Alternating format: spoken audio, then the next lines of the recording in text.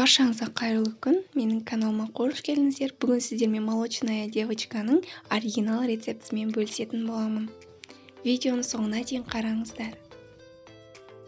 Ең алдымен бөлме температурасында еріген сливочный майымызға 2 жұмыртқамызды қосып, миксермен араластырамыз.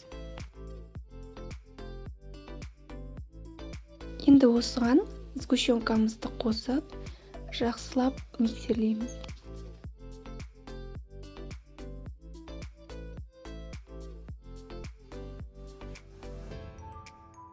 Ұнымызға разрыхлителімізді қосамыз. Сұйық ингредиентімізге ұнымызды 2-ге бөліп отырып, қосып араластырамыз.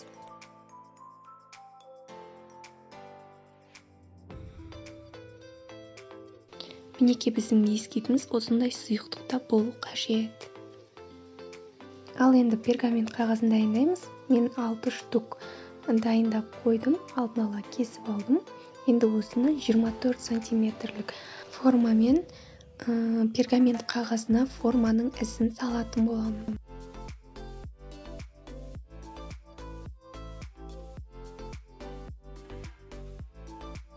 Мінекей дәл осындай форманы шығарып аламыз. Егер форма болмаса сіздерде, онда карандашпен сызып жасасаңыздар болады. Енді осы формамызға бисквитімізді 3 қасықтан салып отырып, жайып шығамыз.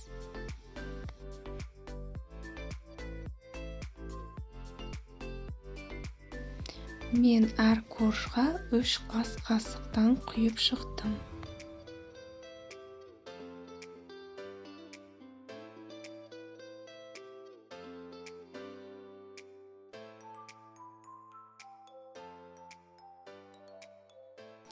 Енді осы корждарымызды 180 градуста қыздырылған пеште 7-8 минутта пісіріп аламыз.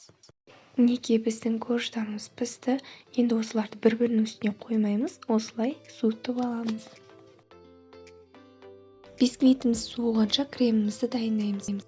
Салқын кілегейімізді кішкене ғана қоюлағанша шайқайтын боламыз. Кілегейіміз кішкене қоюланған соң сахарный пудрамызды қосып араластырамыз. Соңында творожный сырымызды қосып, кілегейіміз қоюланғанша, формасын ұстағанша араластыратын боламыз. Мінекей дәл осындай қоюлықты болу керек. Енді тортымызды бәрін біріктіретін боламыз. Мен арнайы форманың ішінде біріктіретін боламын. Сол кезде торттарымыз түзу болып шығады. Әр корждың үстіне 2,5 ас қасықтан кілегейімізді салып жағып шығамыз.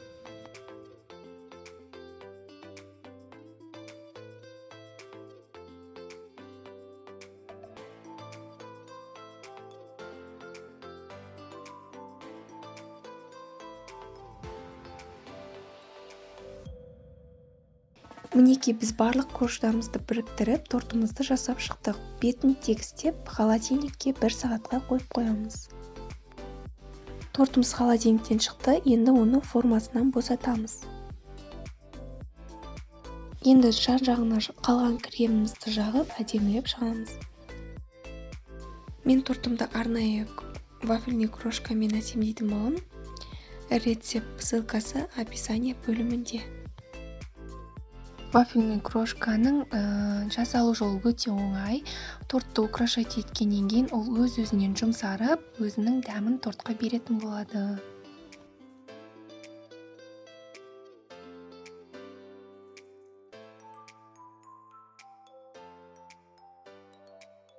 Енді тортымның бетіне қалған кремімді гүл құсатып, осылай домалатып жасап шығамын.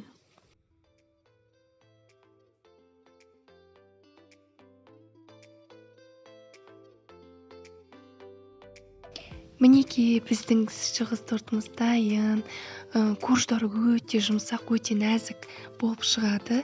Сіздерге осы рецептпен жасап көруге кеңес беремін. Сіздерге сөзсіз ұнайтынына сенімдімін.